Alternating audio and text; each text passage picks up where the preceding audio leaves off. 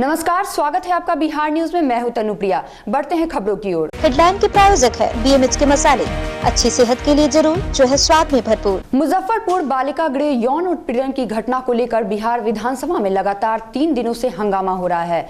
विधानसभा का आज तीसरा दिन है। इस दौरान विपक्षी दल की महिला विधायकों सदन शुरू होने से पहले ही हंगामा कर रही हैं। हंगामे को देखते हुए विधानसभा की कार्यवाही 2 बजे तक स्थगित कर दी गई थी। सदन शुरू होने से पहले ही विधायकों ने विधानसभा के बाहर हाथ में बैनर लिए हुए नारेबाजी शुरू कर दी।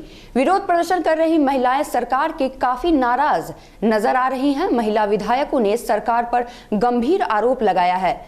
इसके साथ ही मुख्यमंत्री नीतीश कुमार से इस्तीफे की भी मांग की है। अब देख लो।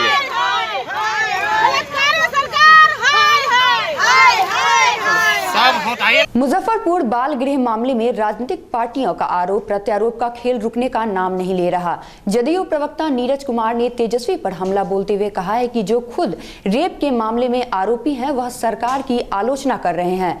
बिहार एमएलसी और जदयू प्रवक्ता ने कहा कि सरकार आरोपियों के खिलाफ सख्त कार्रवाई कर रही है, लेकिन राजद अपने आरोप से बिहार को फिर से दागदार बनाना चाहती है। मंगलवार को बिहार विधानमंडल के दोनों सदनों में विपक्ष इस मुद्दे पर सरकार को घेरने की कोशिश की। उन्होंने सरकार पर आरोप लगाते हुए जमकर नारेबाजी की।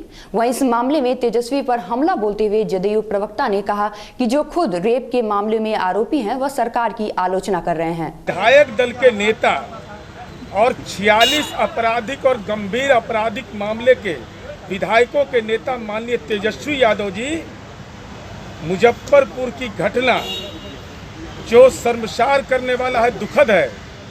हम यह जरूर जानना चाहते हैं कि आप विपक्ष के नेता हैं, लालूवाद आपकी विचारधारा है, तो आपके पिता के कार्यकाल में और मां के कार्यकाल में 12,827 महिला और बेटियों के साथ इस ढंग की घटनाएं हुई थी। अगर हिम्मत है तेजस्वी यादव जी, तो आप उसका रिकॉर्ड बताइए कि उसमें कौन सी कार्रवाई की गई। ये जानना चाहती है बिहार की जनता, क्योंकि उस समय का जो रिकॉर्ड है, उस रिकॉर्ड में जो एक्शन हुआ है उसकी कहीं कोई चर्चा नहीं है।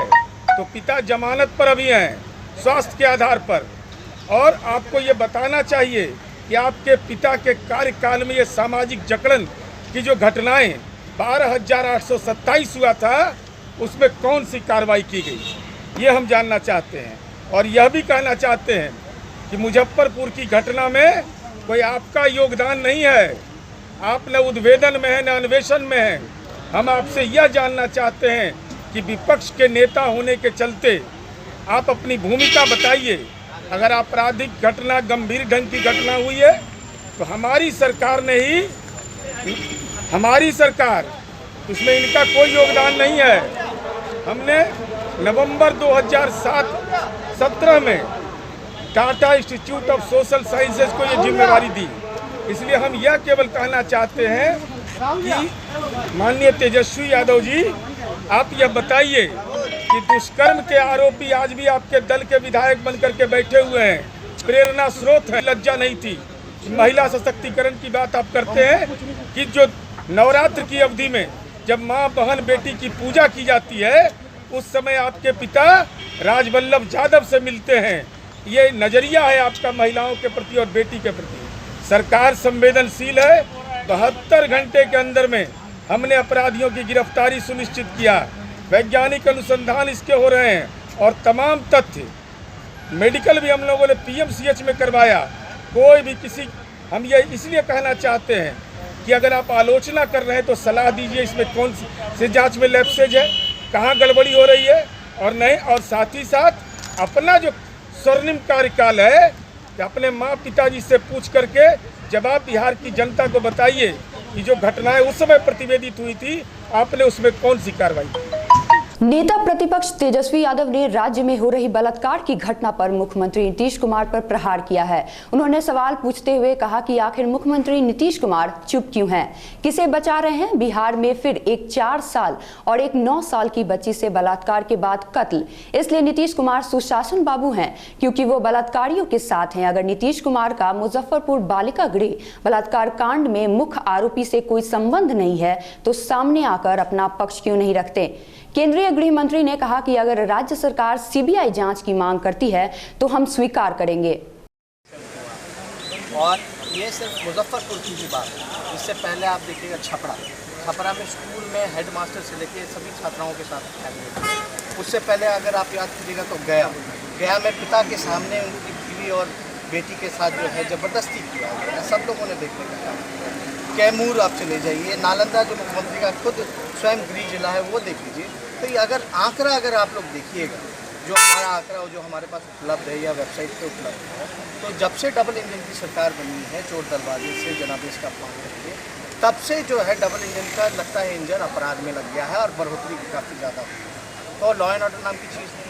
यही मुख्यमंत्री जी कहा करते थे ना कि बच्चियाँ जो है रात में भी 12 बजे बाहर निकल सकती हैं, अब कोई सुरक्षा की असुरक्षा की भावना नहीं आती है मन में, खुद को सिक्योर फील करती है। यहाँ लाठियाँ चलाई जाती हैं जब महिलाएं आती है अपनी सुरक्षा को लेकर के मुख्यमंत्री से मांग करते। तो हम लोगों ने देखा है ये हादसा हुआ है कई बार, और ये रुकने का भी तो नाम नहीं ले रहा। और मुख्यमंत्री की चुप्पी क्यों नहीं टूटी?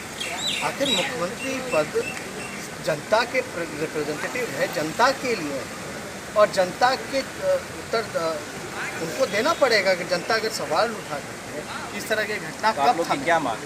हम लोगों की मांग है कि इसकी जो है जांच हो, सीबीआई जांच हो, और साथ ही साथ हाई कोर्ट मॉनिटर्ड जांच हो। और उसके अलावा भी हम लोग लीगली हम लोग देख रहे हैं कि हम लोग इसमें क्या कर सकते हैं, लेकिन हम लोग पॉलिटिकलाइज नहीं करना चाहते। आप बताइए, एक के बाद एक हादसे आ रहे हैं और हम लोग चुप बैठे रहे तो विपक्ष का क्या काम है?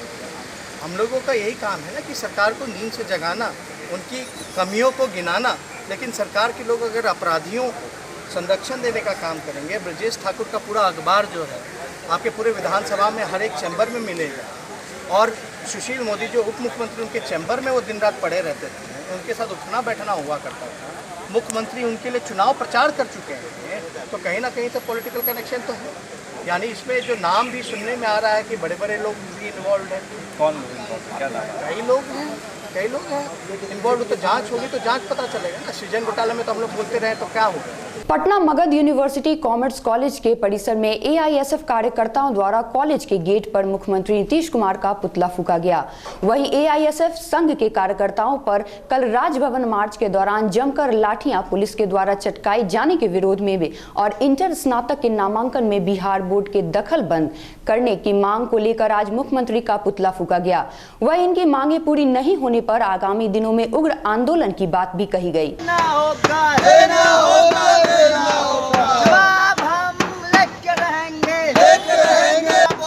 अल्लाह बोल अल्लाह बोल, जोर से ऊंचा बोल अल्लाह बोल अल्लाह बोल। नीतीश कुमार मुर्दाबाद मुर्दाबाद मुर्दाबाद, इंकलाब जिंदाबाद जिंदाबाद जिंदाबाद। दम है कितना दमन में तेरे देख लिया है। बिहार राज्य वार्ड सदस्य संघ के द्वारा एक दिवसीय धरना का आयोजन अपनी 13 सूत्री मांगों को लेकर बिहार सरकार से गुहार लगाते पटना के गर्दनी बाग धरना स्थल पर दिखे। वहीं संघ कोषा अध्यक्ष अमरेंद्र कुमार ने बताया कि सरकार पहले भी हमारी कई मांगों को विचार कर पूरा किया गया है।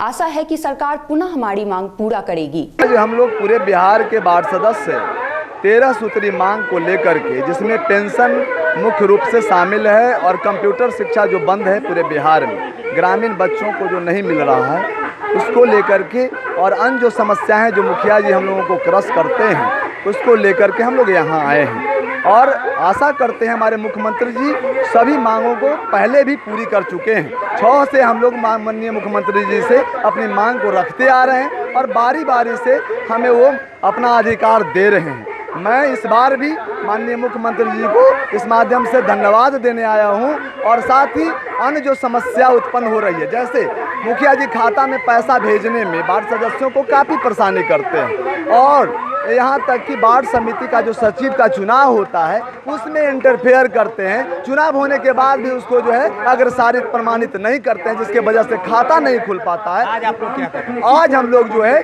उसके लिए ये 1 दिवसीय महाधरना और प्रदर्शन का आयोजन किए हैं कि हमारी मांग सुनी जाए और मुख्यमंत्री जी हमें ये जो है कष्ट से दूर करेंगे। हम लोग उनके साथ रहेंगे। पेंशन हमारी मुख्य मांगे हैं और हम लोग को पेंशन विधायक जी के तर्ज पर जो भी हो मिल जाए और पैसा खाता पर ट्रांसफर किया जाए। सुपौल त्रिवेणीगंज के बाजार स्थित बैंक ऑफ इंडिया के नीचे मंटू कुमार मिर्जा वार्ड नंबर 9 के निवासी ने अपनी बाइक को बैंक के नीचे लगाकर ऊपर बैंक से रुपए निकालने गया। 6,000 रुपए निकाला तथा 29,651 रुपए घर से बाइक के डिक्की में लाया था। मंटू कुमार ने 45,651 रुपए अपने बाइक के डिक्की में रखा था। आकर देखा तो डिक्की का लॉकर टूटा पड़ा था। डिक्की से रुपए गायब थे। मंटू कुमार ने आकर थाना में आवेदन दिया, साथ में परिजन भी थे। रुपया जो है 39,600 रुपया घर से लेकर आए, उसमें 6,000 कमी था और हम गए बैंक ऑफ इंडिया में रुपया निकाल के आए, डिक्की में रखे हुए रुपया जा रहे थे बिजली ऑफिस जमा करने के लिए। तब तक में बारिश शुरू हो गई। हम बैंक के अंदर गए 10 मिनट 15 मिनट के बाद आए तो देखे बारिश छूटने के बाद बाहर आए तो डिक्की में रुपया नहीं था। डिक्की टूटा हुआ था, डिक्की का हल्का लोग अलगाया हुआ था और उसमें रुपया नहीं था। कितना रुपया था टोटल? टोटल जो है 39,600 तो 6,000 का 39,600 था, 45,000।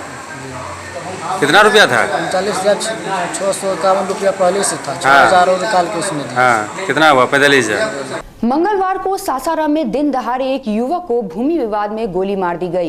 गोली युवक के पांव में लगी। घटना शिव सागर के मोहनिया गांव का है। घटना कृष्णकांत दुबे जब खेत में काम करने गए थे तो पूर्व से चली आ रही भूमि विवाद को लेकर कुछ लोग फायरिंग करने लगे, जिस पर भागने के दौरान कृष्ण के पांव में गोली लग गई। आनन फानन में घायल को सदर अस्पताल लाया गया, जहां उनकी स्थिति चिंता से बाहर है। पुलिस मामले की छानबीन में जुट गई है। कदमकुआं थाना क्षेत्र का मामला। दिनकर गोलंबर के पास टंकी की पानी बर्बाद होने से मना करने पर मारपीट। 2 युवक हुए घायल। मौके पर पहुंचे पुलिस दोनों को पकड़कर थाने लाई, जहां मामले की जांच हो रही है। पानी टंकी से गिर रही थी। अच्छा, मैंने बोला बंद करने के लिए, तो वो बोले कि तुम मालिक हो। हम बोले मालिक नहीं है, पानी बर्बाद नहीं करना चाहिए। इसलिए उसका बेटा गाली बका। हम उसके गार्जियन को जाके बोले कि देखिए आपका लड़का पानी गिरा रहा, और गार्जियन बोला कि वो बेटा गाली बका, और उसके बाद सारे खानदान आके मारने लगे। उनके गार्जियन को बोला तो इसलिए पूरे खानदान आके मारने लगे, और हमको भी मारे और मेरे छोटे वाले भाई को भी मारे। यहाँ पे देखिए, और मेरे अंकल को भी बहुत मारे हैं, जिसमें से 11 लोग टोटल। सुपौल त्रिवेणीगंज के अनुमंडल अस्पताल में जिला से आए सारथी रथ को फीता काटकर तथा हरी झंडी दिखाकर रवाना करते हुए अस्पताल प्रभारी RP सिन्हा परिवार कल्याण पखवाड़ा 11 जुलाई से 24 जुलाई तक सरकार द्वारा आयोजित कार्यक्रम के तहत सरकार द्वारा चलाई जा रही अभियान के तहत सभी समाज के लोगों के लिए अच्छा रहने और ये सारथी रथ प्रखंड के सभी गांवों में जाकर जागरूकता अभियान जारी कर रही है। पटना के गर्दनी बाग स्थित धरना स्थल पर महिलाओं पर बढ़ते आपराधिक घटनाओं के विरोध में विधानसभा का घेराव करने को लेकर कांग्रेस के महिला प्रकोष्ठ कार्यकर्ताओं के द्वारा मार्च निकाला गया। इस दौरान कांग्रेस महिला के कार्यकर्ताओं और पुलिस के बीच हल्की नोकझोंक भी हुई। बताते चले कि बिहार में लगातार महिलाओं के साथ अलग अलग मामले में कई संगीन मामले प्रकाश में आए हैं, जिसके बाद प्रशासन की नींद अब जाके खुली है। कांग्रेस के नेतृत्व में पूरे बिहार में जिस तरह से पिछले 1 महीने में जो महिलाओं के साथ और खासकर छोटी बच्चियों के साथ अमानवीय व्यवहार किया जा रहा है, उसके विरोध में महिला कांग्रेस एक शांतिपूर्वक मार्च रखी थी, जो यहाँ से चलकर पहले भी हम लोगों ने सरकार के सामने या विभागीय पदाधिकारी के सामने हमने संज्ञान में दे दिया था कि शांतिपूर्वक मार्च करेंगे। हम 10:30 बजे से महिलाएं हमारी यहाँ बैठी हुई थी।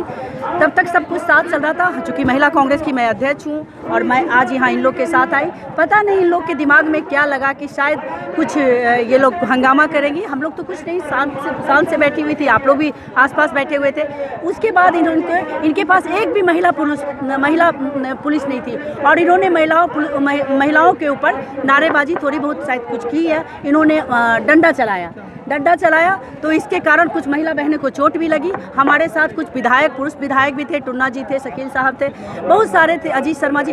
उन लोगों के ऊपर जब इनके पास लगा कि महिलाओं के ऊपर कुछ नहीं कर पाएंगे, सब लोग हंगामा करने लगे तो उन्होंने उनको दांत काट लिए। महिला असुरक्षा को लेकर खासकर मुजफ्फरपुर की बच्चियों के साथ जो इन्होंने जो अमानवीय व्यवहार किया है, उसमें से एक बच्ची 7 साल की है और उनका शोषण कई सालों से हो रहा था और कहीं न कहीं उसमें जो दोषी पाए गए हैं, जो अपराधी हैं, वो उनको सरकार का संरक्षण है। हम विधानसभा अध्यक्ष जी से मांग कर रहे थे वो सरकार को आगाह करे कि इसमें दोषी जो भी दोषी है उनके ऊपर कार्रवाई करे, उनको जितनी सजा दी जाए वो कम है। पटना यूनिवर्सिटी में फिर बमबारी के बाद अफरा तफरी का माहौल बन गया है। इकबाल हॉस्टल पर चला बम, वहीं एक हॉस्टल में तोड़फोड़। नूतन हॉस्टल के छात्रों पर इकबाल हॉस्टल के छात्र लगा रहे हैं आरोप। हालांकि मौके पर पहुंची पुलिस ने मामले की छानबीन में जुट गई है। ज्ञात हो कि कुछ दिन पहले ही पीयू के हॉस्टल में 2 गुटों के बीच बमबाजी की घटना को अंजाम दिया गया था।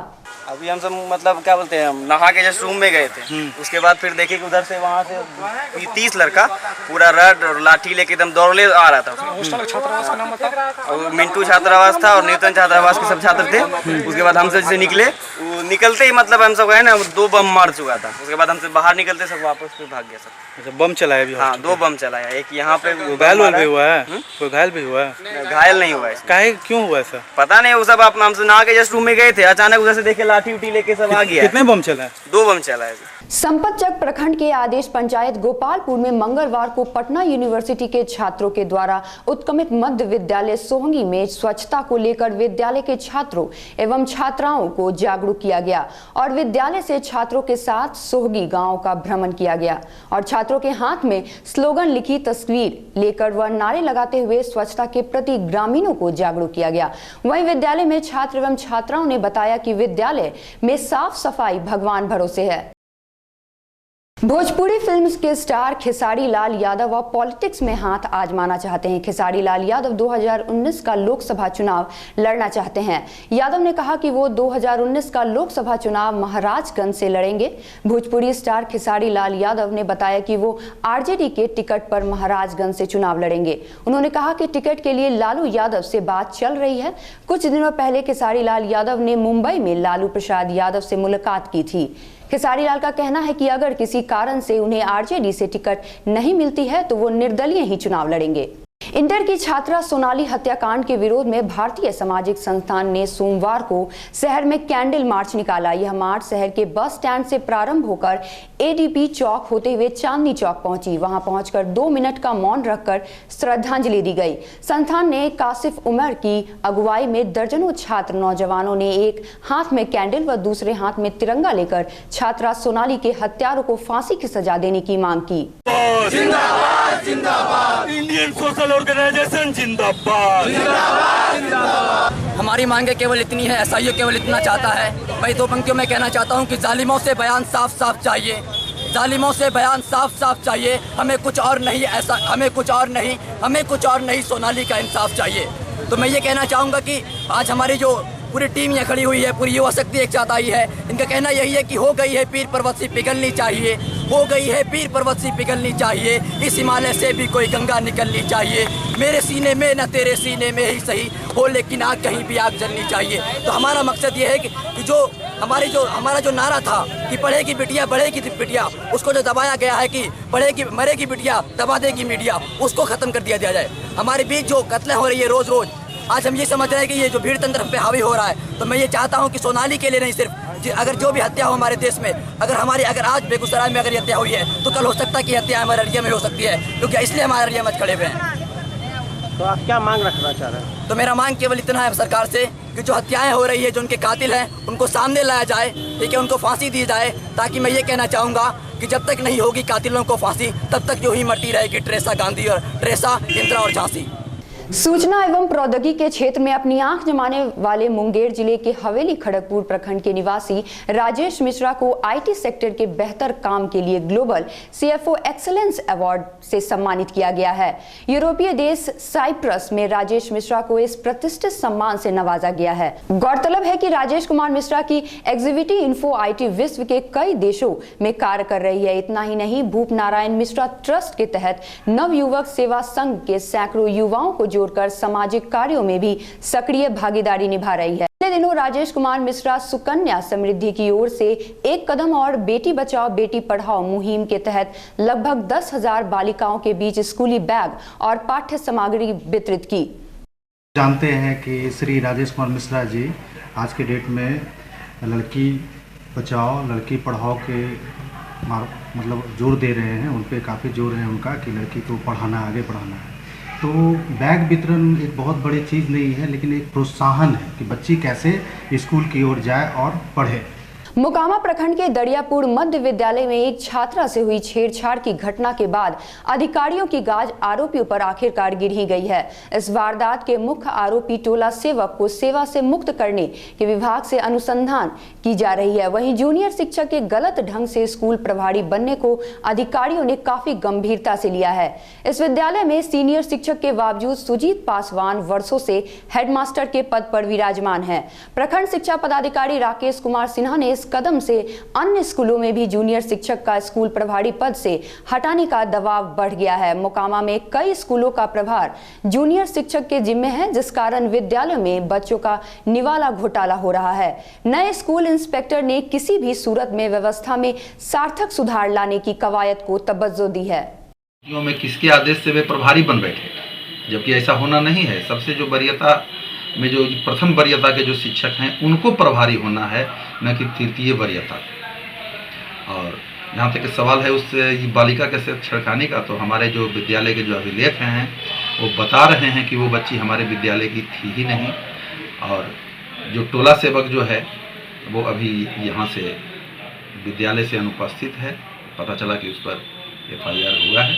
कोई भी कार्रवाई विद्यालय के प्रभारी से स्पष्टीकरण प्राप्त होने के उपरांत ही किया जा सकेगा। उनसे स्पष्टीकरण पूछा गया है। गाय हमेशा से ही भाजपा और उसके सहयोगी दल के चुनाव मैनिफेस्टो में सबसे ऊपर और अहम रोल में रही हो, लेकिन आज इन गाय को देखने और उनके देखभाल के लिए हमेशा कई बड़े वायदे किए गए, लेकिन इससे पार्टियां अपनी सियासी रोटी सेकने में तो सफल हो जाती हैं, लेकिन गाय और गौशाला की न तो हालत बदले हैं और न ही इसकी तस्वीर। आज अगर प्रधानमंत्री मोदी या यूपी के मुख्यमंत्री गायों को रोटी खिलाते हैं या गौशाला को देख रेख करते हैं, तो गौशाला की भ्रमण भी करते हैं, तो सिर्फ एक समाचार पत्रों और मीडिया की सुर्खियों में खूब बटोरा जाता है। आज भाजपा जमी से आसमां की तरफ बढ़ गई है, इन्हीं गायों के अपने राजनीतिक हथकंडा बनाकर, लेकिन आज भी गाय और उसकी हालत जो का त्यों बनी हुई है।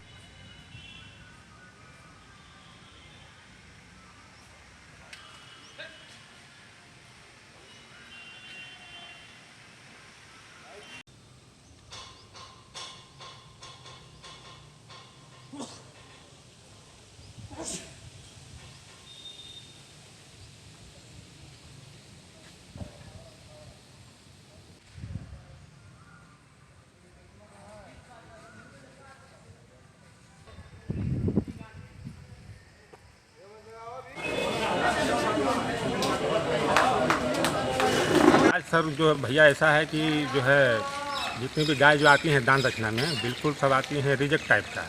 उसको हम लोग जो है इसको जो यहाँ मिलता है हम लोग खिलाते पिलाते हैं। टूटी भूसा सब यहाँ अवेलेबल है। खरी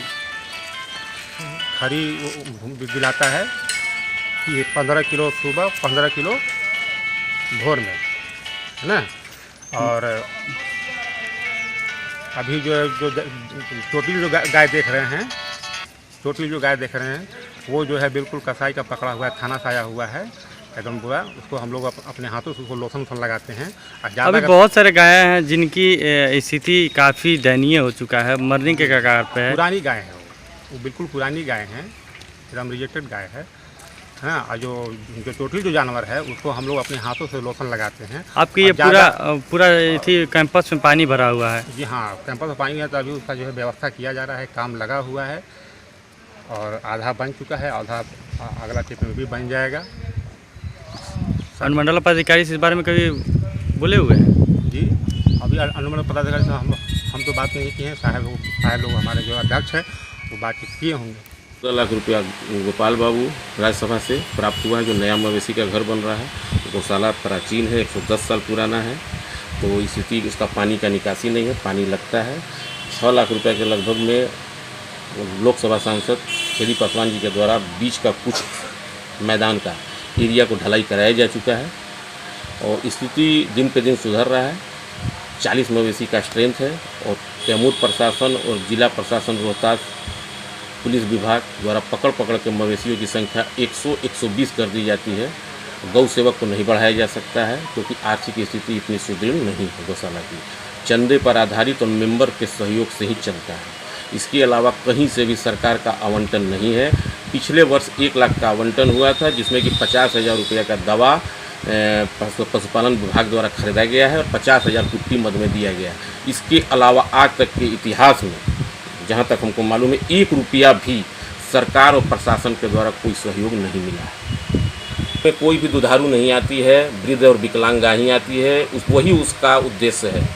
और गाय कभी भी गौशाला में जो भी आएगी वो अंतिम सांस गिनने के लिए ही आएगी और वही गौशाला का काम है कि उसको खिलाना और पशुपालन विभाग द्वारा उसका दवा कराना।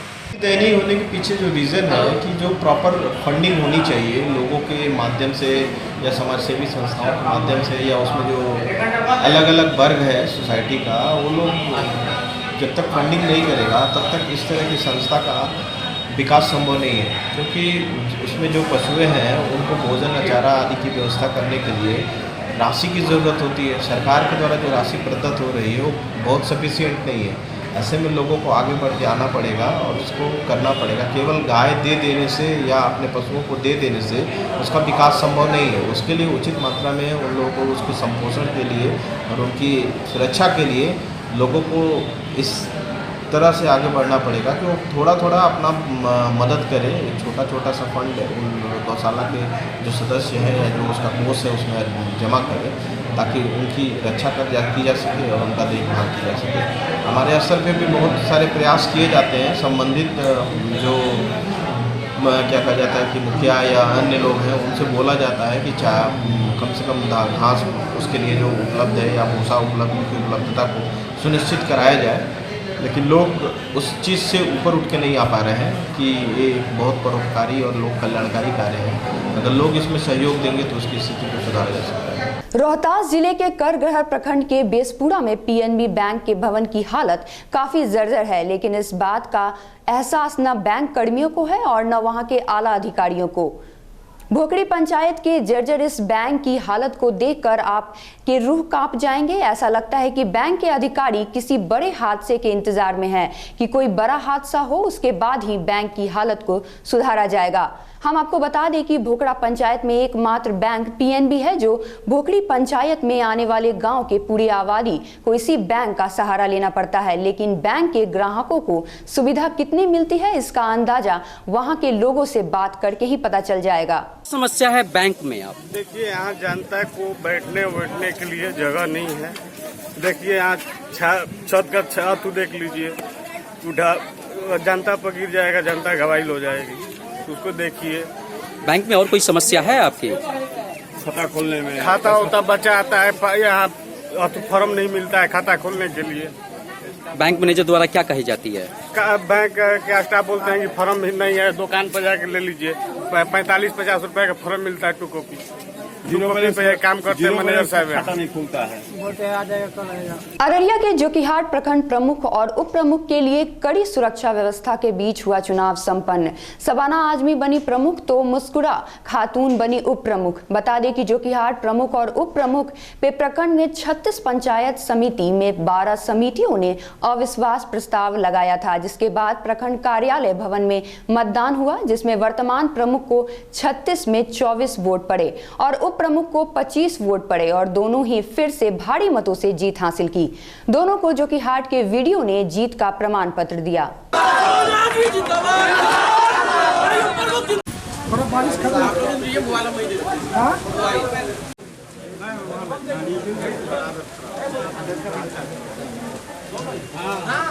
मेरा प्राथमिकता रहेगा कि मैं ईमानदारी से काम करूंगा, सदस्यों पंचायत का विकास करूंगा और टोटल 3600 समिति को लेके चलूंगा। जो हमको वोट दिया, जो नहीं दिया, मैं सबको मान सम्मान दूंगा और ईमानदारी से अपना कर्तव्य निभाऊंगा।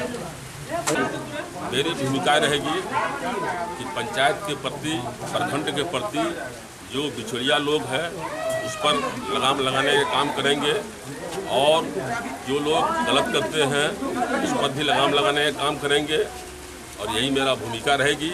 और विकास, मैं चाहूँगा कि विकास जितना जल्दी हो और हो सके कल या परसों से मैं विकास का काम चालू करवा दूँगा। पंचम वित्त आयोग का पैसा भी आ गया है हमारे यहाँ और उसका काम भी बहुत जल्द कल से परसों तक चालू करवा देंगे। कितने वोटों से जीती हुई है? हमने जीते करीब 6 वोट से, मतलब हमको 24 वोट मत मिला। 18 मत में हमको जितना चाहिए लेकिन हमको 24 मत मिला और 6 वोटों से मेरा जीत। मुजफ्फरपुर बालिका गृह में यौन शोषण मामले में बिहार के डीजीपी एस.के. द्विवेदी ने सीबीआई जांच से इनकार कर दिया है। मंगलवार को मीडिया से बातचीत के दौरान उन्होंने कहा कि 44 लड़कियों में से 42 का मेडिकल टेस्ट कराया गया है, जिसमें 29 लड़कियों की जांच रिपोर्ट पॉजिटिव पाई गई है। DGP KS. द्विवेदी ने कहा कि 15 दिसंबर 2013 को आश्रम घर से 4 लड़कियों से लापता होने की हमें सूचना मिली थी। जब हमने जांच की तो पाया कि 3 लड़कियों की मौत हो चुकी थी। 2 की मौत अस्पताल में ही हुई थी, केवल 1 लड़की की गायब थी। इस मामले में सूचना मिलते ही 11 लोगों को अभियुक्त बनाया गया है और अब तक 10 लोग गिरफ्तार किए जा चुके हैं। अभियुक्त दिलीप वर्मा अभी भी फरार हैं। 31 मई को केस दर्ज किया गया था और 2 जून को 8 आरोपी को गिरफ्तार किया गया। उन्होंने कहा कि बाकी अन्य जगहों के मामलों में पुलिस मुख्यालय की पहल पर सीआईडी जांच कर रही है। उन्होंने कहा कि छपरा से भी यौन शोषण का मामले में 2 आरोपियों को गिरफ्तार किया जा चुका है। नहीं, डेड बॉडी किसकी नहीं मिल रही है? अभी ये तय ही नहीं हुआ कोई मारा गया, ये मैं कहना चाह रहा हूँ। अभी ये निश्चित नहीं है क्योंकि अभी तक जो 8 लड़कियों की बात हो रही थी उनके रिकॉर्ड्स मिल गए हैं। उनमें 4 लड़कियां रिकॉर्ड में ही फरार दर्शाई जा रही, जो कि 1 महीने के अंदर बालिका गृह से भाग गई। ये 2013 की बात है, 2013 के नवंबर दिसंबर की। 1 लड़की है जिसके बारे में लापता, यानी अभिलेखों में कुछ नहीं है, अभिलेखों में कुछ नहीं, उसको अनुसंधान के दौरान खोजकर निकाल लिया गया है। हाँ, कस्टडी में बच्चे या महिलाएं हैं या कमजोर लोग हैं, वीकर सेक्शन है, उन सब की जांच कराई जा रही है। पहले तो जो बालिका गृह मुजफ्फरपुर था उसे 31/5/2018 के प्रभाव से बंद कर दिया गया है और इस संस्था को ब्लैकलिस्ट किया जा रहा है। बालिका गृह मुजफ्फरपुर से स्थानांतरित बालिकाओं को मुकामा स्थित गृह में 6 सदस्यीय विशेषज्ञों की टीम द्वारा मनोचिकित्सकीय थेरेपी और काउंसलिंग की सेवा प्रदान की जा रही है। इसके लिए विशेषज्ञों की टीम में बंगलौर की संस्था एनफोल्ड एवं परिवर्तन तथा एम्स न्यू दिल्ली से मनोचिकित्सक, मनोवैज्ञानिक और परामर्शी शामिल किए गए हैं। उक्त मामले में लापरवाही बरतने एवं कर्तव्यहीनता के आरोप में जिला बाल संरक्षण इकाई मुजफ्फरपुर की पूर्व सहायक निदेशक श्रीमती रोजी रानी को निलंबित कर दिया गया है। वर्तमान सहायक निदेशक श्री देवेश कुमार शर्मा एवं पूर्व सहायक निदेशक श्रीमती रोजी रानी के विरुद्ध विभागीय कार्रवाई भी प्रारंभ कर दी गई है।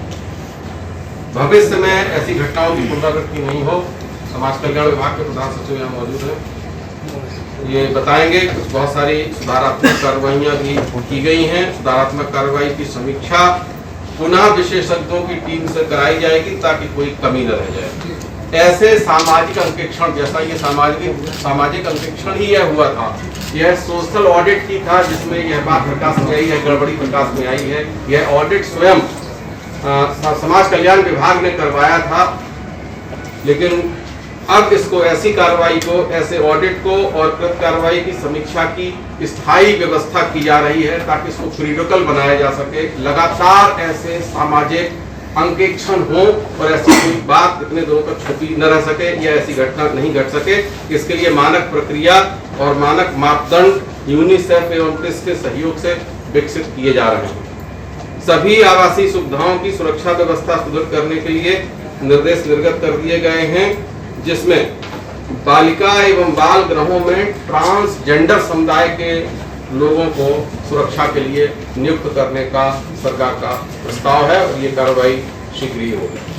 सर, क्या इस मामले की जांच आप सीबीआई को गिरफ्तारी का प्रयास और उनकी कुर्की कार्रवाई प्राप्त करने की कार्रवाई की जा रही है। और रिपोर्ट्स थे किसके 4 और शहरों के, जो आपको जैसा कि मैंने बताया गया, मुंगेर, भागलपुर, मोतिहारी, उनमें इस तरह की गंभीर शिकायतें नहीं हैं और इसमें सभी मेल चाइल्ड हैं, तो इनके साथ कुछ शरारत जैसी मारपीट करना या इस तरह की बातें हैं, किंतु उस पर भी